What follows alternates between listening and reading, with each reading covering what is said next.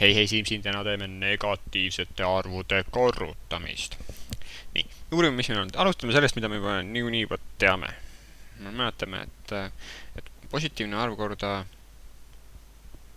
0 võrdus 0 alati.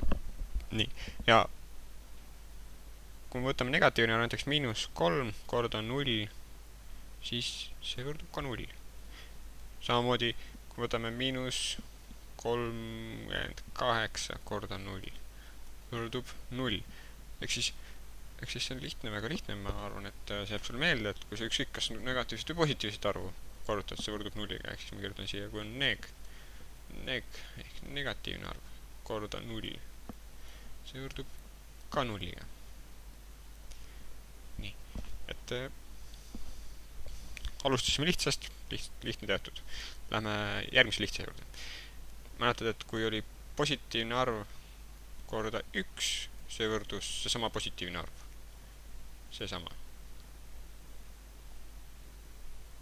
Sama. Nii. Ehk siis, kui meil oli... No, ma ei hakka seda välja kirjutama. See oli umbes, et 3 korda 1 võrdub 3. Aga kui meil nüüd on negatiivne arv korda 1, ehk siis oletame, et meil on -3 korda 1. Millega see võrdub? Et siin see muster kehtib edasi, ehk siis sa võid võtta, ehk siis on -3, ehk siis võid võtta ka mingi arvu, näiteks mingi tohutult suure arvu, näiteks 13 275, panen siin miinuse kätte, -13 275 ja nüüd korrutad selle ühega. Tundub küll hirmus, aga kui sa ainult ühega korrutatud, sa ainult üks kord võetud seda arvu, seda puudujääki, ehk siis see on ikka seesama 13 275 miinusmärgiga. Nii. Ja ehk siis, kui meil on negatiivne arv, negatiivne korrutatud ühega, võrdub ikka see negatiivne. Panen siis sama. Et sa tead, et see on sama. Nii, esimesed 2 sammu tehtud. Tundub nagu positiivsete arvudega korrutamine, mitte midagi keerulist, täpselt sama muster. Et vaatame, kas asi läheb nüüd ka keerulisemaks. Nii, võtame näiteks nüüd, kui meil on... põhimõtteliselt me tegime ära selle eelmisega see negatiivne korda 1, ja siin oli võtta negatiivne, see oli sisuliselt negatiivne korda positiivne. Negatiivne, sest 1 on positiivne, negatiivne korda positiivne. Nii, et millega nüüd see võrdus? Siin oli näha, et see oli negatiivne arv korda positiivne arv võrdus negatiivse arvuga. Ehk siis negatiivne sama. Ehk siis sisuliselt, sa pead mind siin veidi uskuma, aga sisuliselt kui me selle numbri 1 siin muudame ükskõik mis muuks numbriks, siis see tulemus jääb ikka negatiivseks. Ehk siis negatiivne. Ehk siis kui meil on siin negatiivne korda positiivne, siis võrdub negatiivne arv. Aga nüüd see ei ole see sama, sest vaat siin on sama alla, aga siin ei ole, nüüd on midagi muud.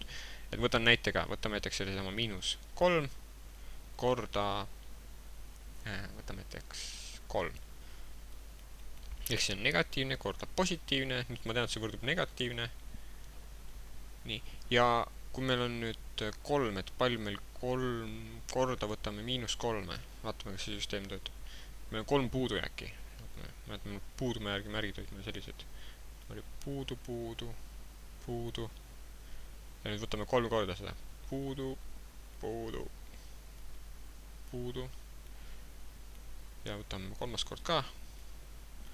Puudu. Ja nüüd loeme kokku, palju neid siin asju kokku on. Et me oleme võtnud 3 korda 3 puudujääki.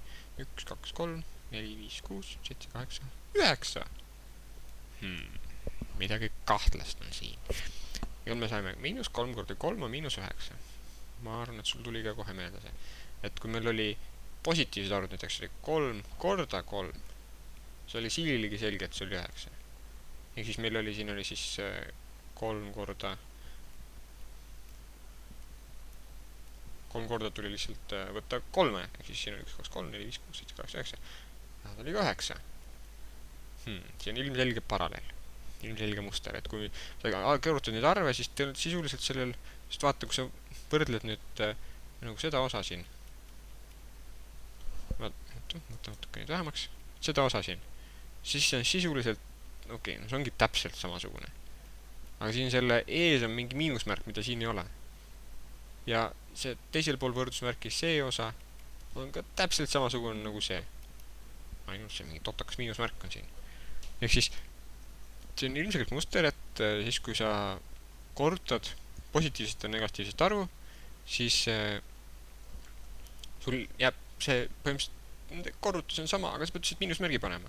Ehk sa pead selle osa juurde panema. Kui sa pead vaatama, kas kui siin on miinusmärk, sa pead siia miinusmärgi panema. Ehk siis kui me võtame näiteks 10, võtame mingi muu arvu. Näiteks 11 korda võtame 11. Nii. Ja paneme siia veel miinusmärgiga ette, siis alguses võib äkki ära unustada selle miinusmärgi. Mõtleme, palju 11 korda 11 oli. See oli, kui nüüd on hea pea ja mäletab, siis 121. Ja kuna meil siin nüüd on see miinusmärk, siis see ei ole korda. Me peame vaatama, et kui siin pool on miinusmärk, siis siin peab ka miinusmärk olema. Panen siia ka miinusmärgi. Ehk siis miinus 11 korda 11 on miinus 121. Oot. Teeme veel ühe näite. Proovime teha teise näite. Proovime teha niimoodi, kui meil näiteks on positiivne. Mõtlen teise värviga. Nii, kui meil on näiteks positiivne korda negatiivne. Millega see võrdub? No kui positiivne ja negatiivne, põhimõtteliselt võime selle sama näite võtta. Võtame selle miinus 3 korda 3, aga võtame selle siis 3 korda miinus 3. Kui miinus 3 kirjutatakse tahapoole, siis see on miinus, et sa saaksid eraldada, sest muidu siin võib tekkida segadus, et kui sa kirjutaksid välja näiteks 3 korda miinus 3, siis teine lugeja võib arvata, et sa kogemata vist panid siin pliiatsi maha, et tekitasid siia punkti, et ma lahutan 3-st 3. Et see ei ole päris selge, sellepärast pannakse sulgud ümber, et sa saad ilmselgelt aru, et see on arv on mõeldud miinus 3. Nii, ühesõnaga selle on, ühel pool on selle sulud. Ühesõnaga meil oli positiivne korda negatiivne arv. Millega see võrdub? Negatiivne korda positiivne oli negatiivne arv. Kui me võtame nüüd, siis sisuliselt tähendab seda sama asja. Kui me ütleme, see on 3 korda, võtame miinus 3. Mul on raskem ette kujutada seda, et me võtame 3 miinus 3 korda. Et sellepärast ma ikkagi, kui korrutamisel ei olnud vahet, mis pidi sa teed seda, siis ma võin ju ükskõik mis pidi teha. Ehk siis ma võtan 3 korda miinus 3. Aga 3 korda miinus 3 on siin, on olemas juba, kui suurt tegin ära, ma võiks teha teist korda. 1, 2, 3 korda olen võtnud seda puudujääki. Ehk siis, kui me nüüd jälle kokku loeme, siis me saame jällegi 9. Ja jällegi miinus 9. Ehk siis seal ei ole vahet, mis pidi sa teed, ikka sa saad negatiivse arvu. Negatiivne arv. Nii. Ja meil on nüüd jäänud veel see võib-olla kõige segasem asi. Sa näed, meil on siin positiivne 0, positiivne, negatiivne, positiivne. Ilmselgelt on puudu meil, ma teen siia üks kriipsu, et oleks näha, et on teine asi. Et aga mis siis saab, kui on negatiivne korda on negatiivne? Millega see võrdub? Nagu ma eelmine kord ütlesin, et on raske ette kujutada, et sa võtad näiteks, võtame selle 3 korda miinus 3 korda miinus 3.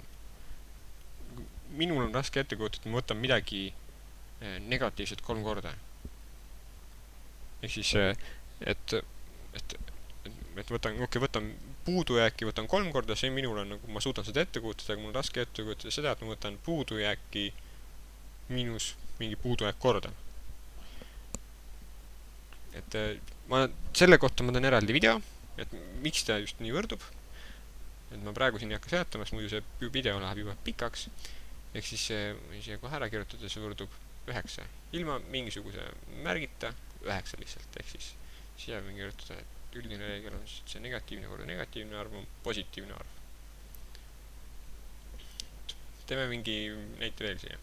Teeme näiteks 5 miinus 5 korda miinus 4.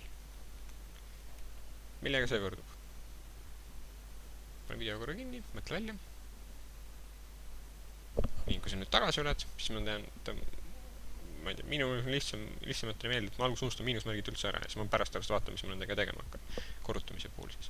Ehk siis mul oli 5 korda 4, 5 korda 4 on juba ammu selge mulle, et on 20 ja ma vaatan, mis nende märkidega on, et negatiivne korda negatiivne on positiivne, ehk siis mingit märki ei kirjuta juurde.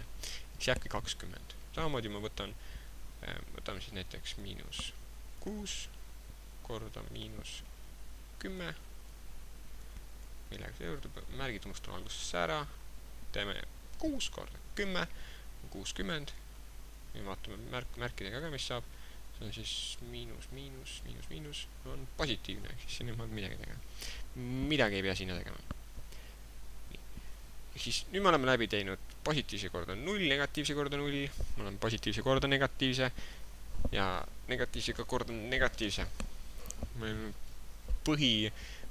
põhikohver on pakitud, nüüd on ainult teha harjutusi, mine harjutusväljakule, mine katseta veel, proovi, et ja kui sind huvitab negatiivne korda negatiivne, miks ta just võrdub positiivne arv, siis ma selle kohta vaata järgmist videot. Ole tubli!